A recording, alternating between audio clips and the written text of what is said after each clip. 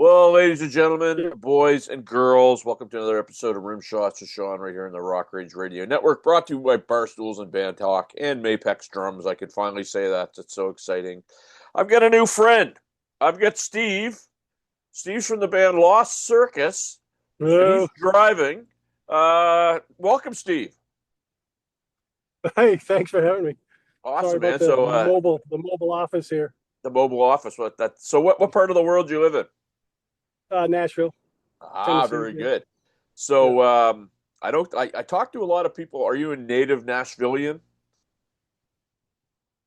I'm in the state of Maine, moved in '87 Okay, to pursue songwriting. Just kind of went from there. awesome. The But good yeah, old no, I'm from Maine originally, but I've been here a long time. nice. I love Maine. I'm going to Maine in August, so I'm excited about that. That's Tell me the a best little. month to go. Yeah, I can't wait. I'm Yeah, going to see a we don't concert. like snow. Who are you seeing? Brett Michaels. Ah, nice. Yeah, Yeah. yeah. Very excited. Tell me a little bit about your band, my friend. Oh, we are Lost Circus. All of us live here in Middle Tennessee, um, just on the outskirts of Nashville itself. And we started back in 2019. A couple of us got together and decided to do some original music because we were getting a little worn out from doing the tribute and the covers and all that stuff. I wanted to do some original. I've been writing music for years, so I threw a bunch of ideas at some of our friends, and we ended up during the whole great pause thing of 2020. We had most of that whole year to flesh out some songs and get some stuff pulled together. I'm going to pull over here, Yeah. and so we wrote like 12 songs for the first album, and we started. Yeah, all year in 2020 is all we did was jam, at least once a week, every week, and then we decided the songs came together. Every one of us had a hand in it. All the five of us, the original members, and just kind of went from there. And we wanted to see what was going to happen, so we just put it everywhere. And took a little bit to get the wheels going, which it does for most bands. And then we had a little help here and there, and we've done 3 or 4 really cool videos.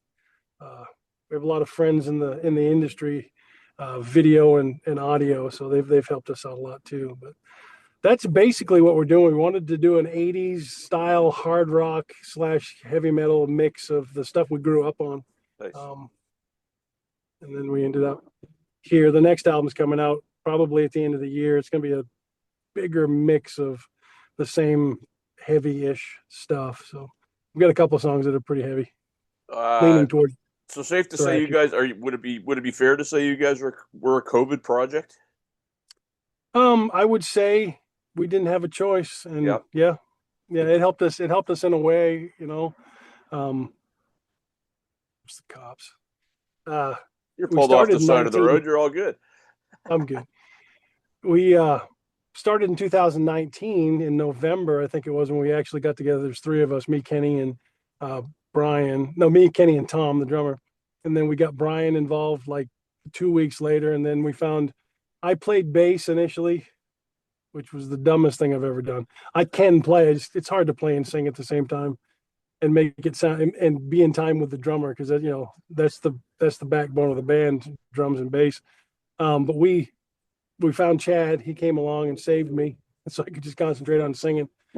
And so 2020 was pretty big. In 21, we released the album mid-year and went from there. And then we started playing out and doing some gigs and stuff. And everybody's so busy, it's hard to get. We don't do a lot of gigs, but that's getting ready to change next year. We're going to do some more stuff, bigger stuff. Well, there's a stat that was brought to my attention mid last week about COVID projects, because my podcast is a COVID project. I can't find anywhere where my list of goals said become a podcast host. Didn't happen. Here I am 5 years later. But most of the COVID projects, it's 94.6% of them are done. They haven't lasted to this date. So if you have something that was a COVID project that's still going, you're in rare air. So congratulations. All right, you too. Yeah, well, Absolutely. I'm Thank too you. stupid to do anything else. I mean, look, think about this, Steve. I'm sitting here in my bare feet in my shorts. I mean, where else can you do that? You know what I mean? Like, Exactly. Yeah. so life's not so bad. So I always do this with the curtain call kids, just because when I try to get new artists in front of my audience and tell them who they're about, I say, give me a comparable, not because I want you to compare yourself to anybody, but if you know people can go, oh, I like that band, I'll go listen to them. Give me a Yeah. comparable about who you guys might be. Uh, it's really weird because sometimes we're like, like a Queensryche, Judas Priestish, Night Rangerous, Crocus. It's all, nothing directly, but maybe a heavy Night Ranger, or maybe like a Tora Tora or something like that. I don't know. It's in that 80s mix, And because we all have like a, none of that sucks. yeah. It's just, we got a mix of most of the guys are huge Kiss fans, and a lot of them started playing guitar because of Kiss. It's the right age group, the 70s kids. And I'm a Halford freak. I love the higher singers. My favorite band of all time is Megadeth. I mean, Nice. not considered a great singer, but I love the melodies and the words and all that.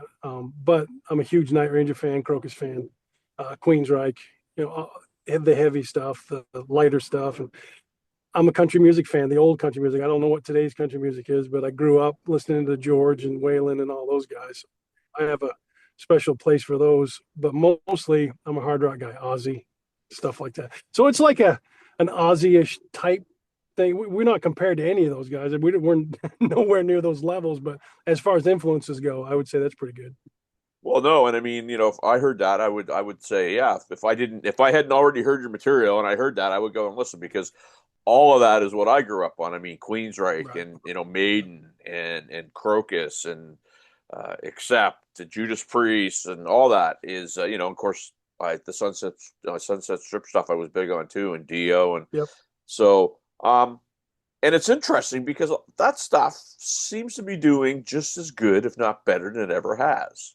Yeah, there was a huge lull where nobody cared two craps about it, the Right. early 2000s, and then all of a sudden this big, huge resurgence, and everybody came out of the woodwork, and I'm happy for that because it's given us a few opportunities too. Sure. I mean, it's cool to be happy about your music career again after having so many years of not being, happy about I'm successful and life sucks. So it's good that that's happened. And there was a thing that just came out. I think it was in Blabbermouth last week, where Joey Allen, who's been on this podcast, said they're making more money now than they ever have, back in the day. So that's incredible. Yeah. Um, And then I've heard both sides of that story because the only way you can make money now is through merchandise yeah, and physical copies, which people are getting away from. But it's the whole collectible thing. But then you hear about people they can't afford to tour because it costs so much to, especially overseas. I've got a friend of mine that works in the Iron Maiden camp, and he said that he sees a lot of the opening bands. They struggle with finding people to drive their stuff from show to show, and yeah. it's a struggle, but it's a lot better for a lot of the bands in the United States, I think. Well, Easier. and as a Canadian, because I'm from Halifax, Nova Scotia, which is north of Bangor. Right, yeah. Costs us about $2,500 per person to get a visa to get into the States to do anything, right? Oh, So wow. yeah, it is tough, and it's a little maddening too that it's so hard for musicians to get into any dance these days. It's like, it's the one that everybody turns to when the times are tough. They want their music, but they don't do Yeah. anything to help. It's kind of a little annoying, but you gotta soldier on. Um, Right. would love to get your thought on this. So James Michael, who is the singer of 6 a.m., had a spoken word podcast, probably 2 weeks ago now, and it was titled "Why I Don't Love the Music Business." And Yeah. basically, what it came down to is now everybody has to write and do everything to algorithms, to people who don't even really like music in the first place and don't pay attention. Love to get your Yeah. thoughts on that. He's basically left the business because he's just so frustrated. Now, you know, it's at a different level. He's getting royalties and all that. However, it says something. So, what are your thoughts on that? As far as the royalties and everything, getting your music out there is hard if you're old. Yeah, Just trying to figure it out. And we've hired some people to help us do some of that stuff, and it's worked a little bit. I agree with him. It's tough. Like we get our royalty statements from the stuff. I mean, we're just a little part-time band, basically. I mean, we've played some big stuff, but nothing, nothing like that. But you get your payments from royalties from Spotify is nothing. We make more money when they play us at the local hockey game. We've got stuff we play for the Nashville Predators here, and every time it plays, we make more money on 9 spins at a hockey game throughout the year than we do.